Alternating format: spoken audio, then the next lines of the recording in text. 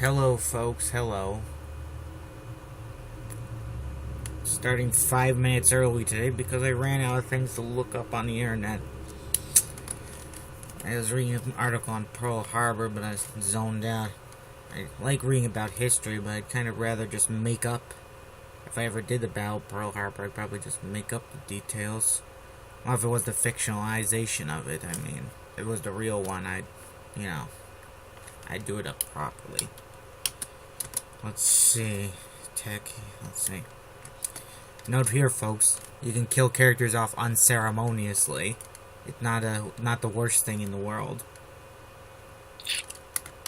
Sometimes killing characters is all you got to keep things going along. Like, died quickly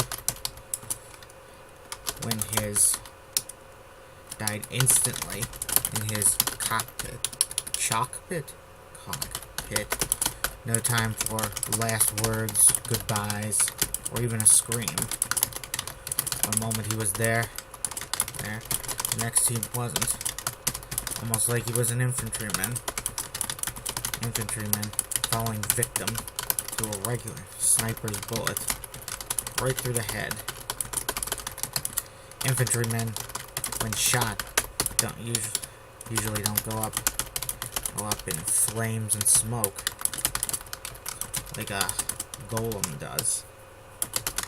The suit seemed to crack in half, then in quarters as it crumbled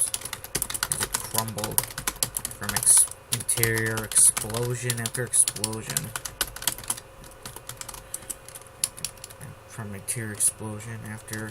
explosion. Giving off a strange roaring sound, but it was a giant lion hidden under all that metal. I don't know. The suit dropped. The suit followed its master. It seemed to follow its deceased master. Like it couldn't go on without its pilot the last 3 years. 3 years, is that right? I'll have to check the intro. Toki. Not sure if Toki was the vet of the war or came after. The war was only 8 years ago, and the war only ended 8 years ago, so he should be. So it's not like anyone would be too old to be a vet of the war at this point. It's not like if this was set in the 90s and the war had been 40 years ago. I gotta set another story in the 90s. I missed that era. Let's see. Golem lose legs.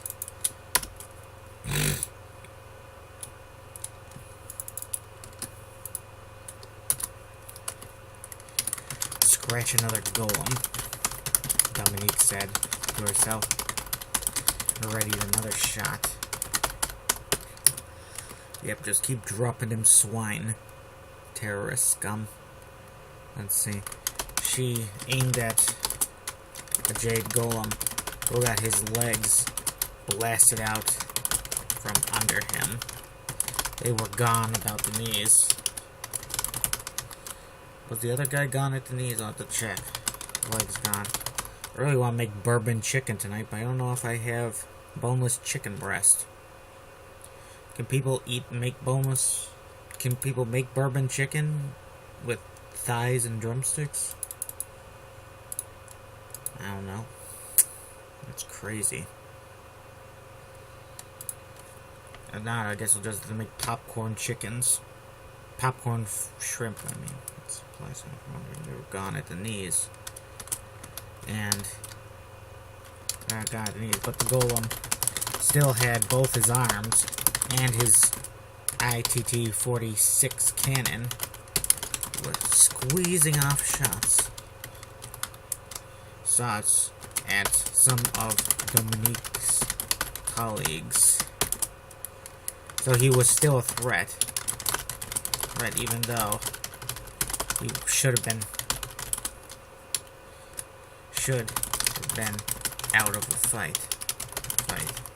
Dominique aimed low and squeezed off 2 shots, with both catching in that wounded golem right about the chest and stomach.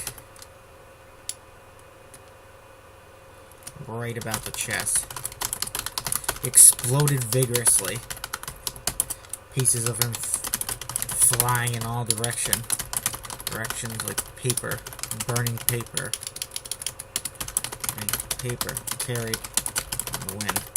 If I can say one bad thing about these writing sessions where I'm writing about golem combat is that just when I get in the groove, the session usually ends. And then I have to relearn how to do the golem fighting. Because then I go back, because usually I go golem to infantry, to golem to infantry, if I use them at all. Let's see.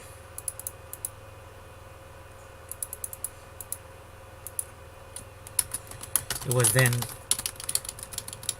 as Dominique reloaded, she realized that a golem was on her flank, closing the distance, welling the SMG looking. Is it SMG looking? Yeah, I think I said so. Check. Looking 80mm cannon. 80mm ITT-46. He was fearless in his movements, likely a vet. Dominique suddenly felt rather naked there, standing there, despite having good cover around her, and him being the only golem coming her way. Shit, I'm being flanked. Dominique reported over the radio. There were no friendlies close by. Keep your cool and return fire.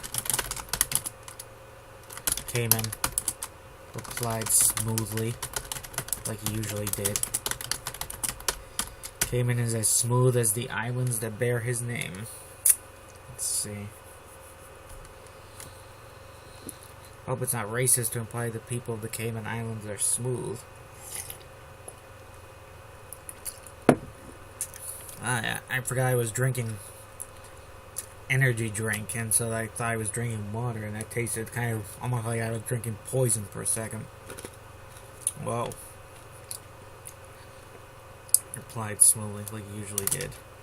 I'll send somebody back to help you. Yes, I did. Thank you, sir. Dominique replied. Dominique supposed that she should have had some spotter from the start. Like a regular sniper. Someone to help her in case the enemy got close. It wasn't like the 100mm cannon was was too big and cumbersome to use as an to use in close quarters, like some of those giant sniper rifles from the last war were.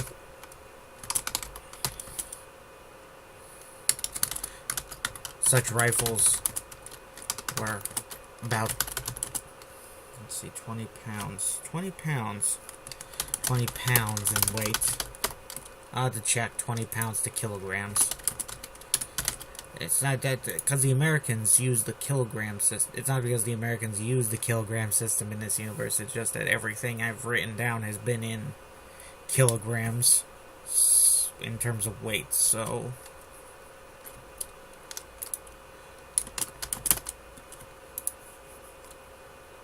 20 pounds in weight, and after over 20 round bolt action, and too heavy to hold, like a regular up in your arms, like a regular rifle. And then he turned her attention to the Jade Golem on the flank. He squeezed off.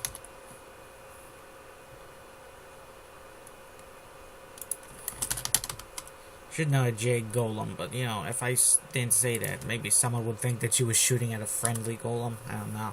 It'd be easier if this was all visualized. She squeezed off 2 shots, both missing, smashing through some adjacent buildings, which caught fire as a result. I mean, you can imagine an unfortunate occupants caught and outright vaporized by those blast shots. Hopefully, if they were Jade, anyone was killed, they were the Jade. They were Jade boys, not some young woman with her little baby or something like that. There's some widower who had widower, or who had 3 kids to take care of. Bastard. And they muttered and relocated. The enemy golem fired off a few shots at her way. She returned fire, again missing.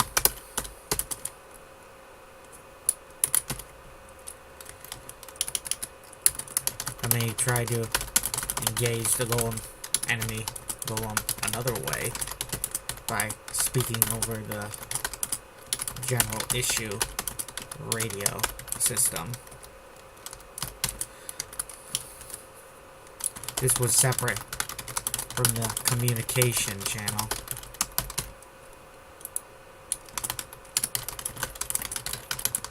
Check your radio. It was separate from the communications channel, used by the Zetan golems for communication. Pass orders and intel. This radio channel was for engaging the enemy, trying to get them to surrender, or sometimes just to taunt them. Like how it was on the ground sometimes. Like how it was on the ground between infantry.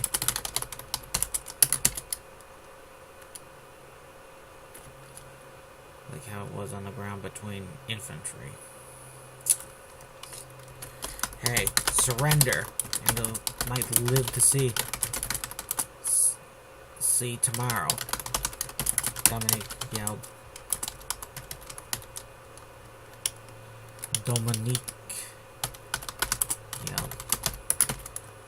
Piss off. This Jade Golem pilot replied in English. Dominique wasn't surprised that he spoke English. He was probably trained to for this day, for things more important than issuing taunts. I should note that she yelled in English. Also in English.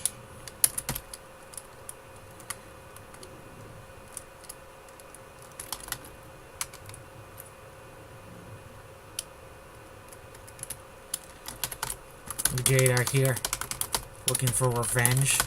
Revenge against the world. World for destroying your empire. Dominique asked.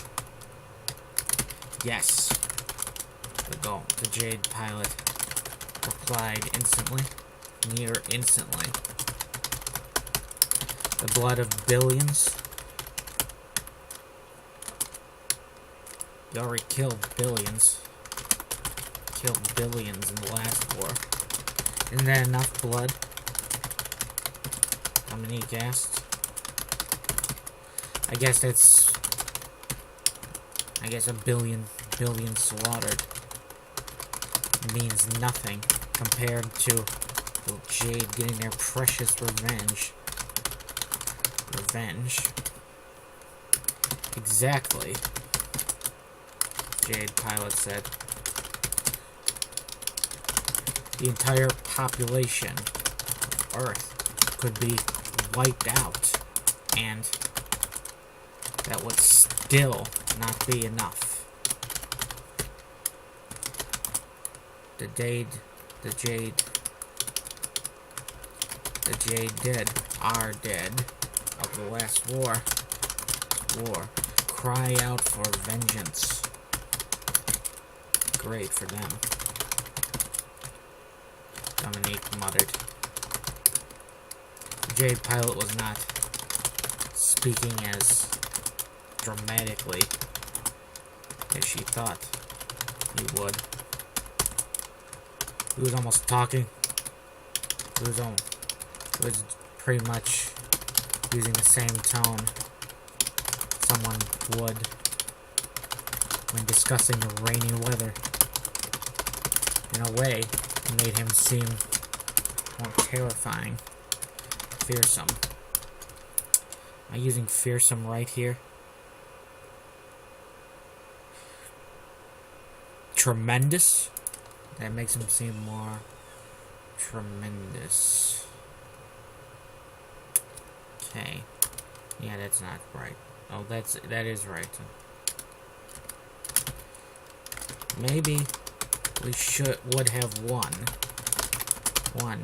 if we killed another billion or 5. The Jade Pilot taunted. But then you would have been ruling over nothing but a graveyard, Dominique replied. What kind of victory is that?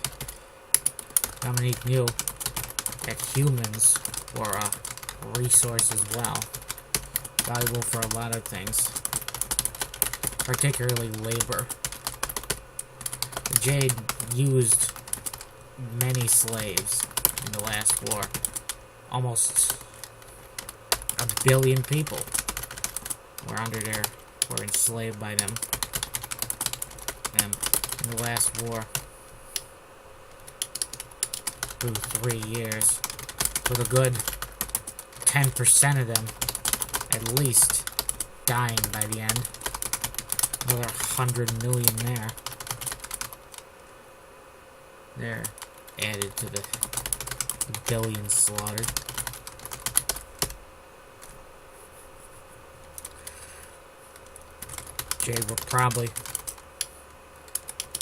Jade documents after a war. Discovered after a war. The war revealed their plan to just kill everybody. Eventually, replacing all with Jade. Replacing all the peoples of the known world with the Jade.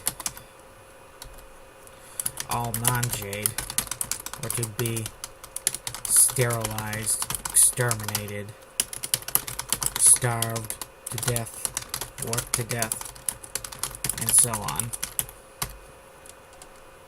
Experimented to death, I should add. And so on.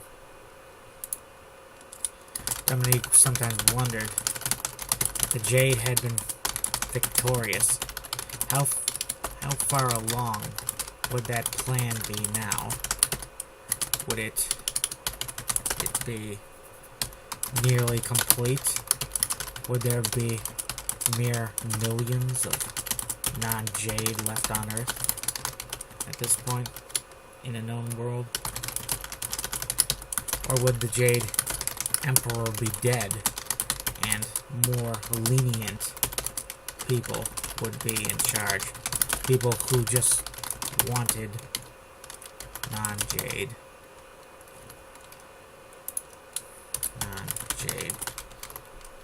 Hero. Who just wanted the Jade. Just wanted to merely enslave non-Jade. till the end of time. No need to actively exterminate them.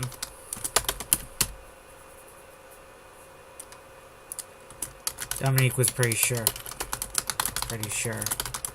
wouldn't have happened like that.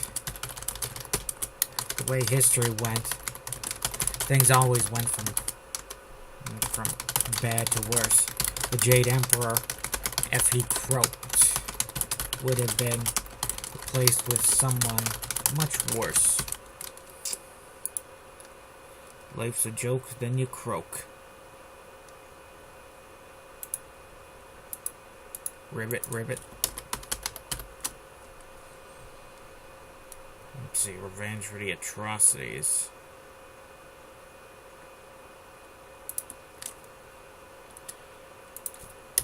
A total victory, a Jade pilot retorted, finally having some fire in his voice. Did I say he exclaimed earlier? He didn't exclaim, he exclaimed.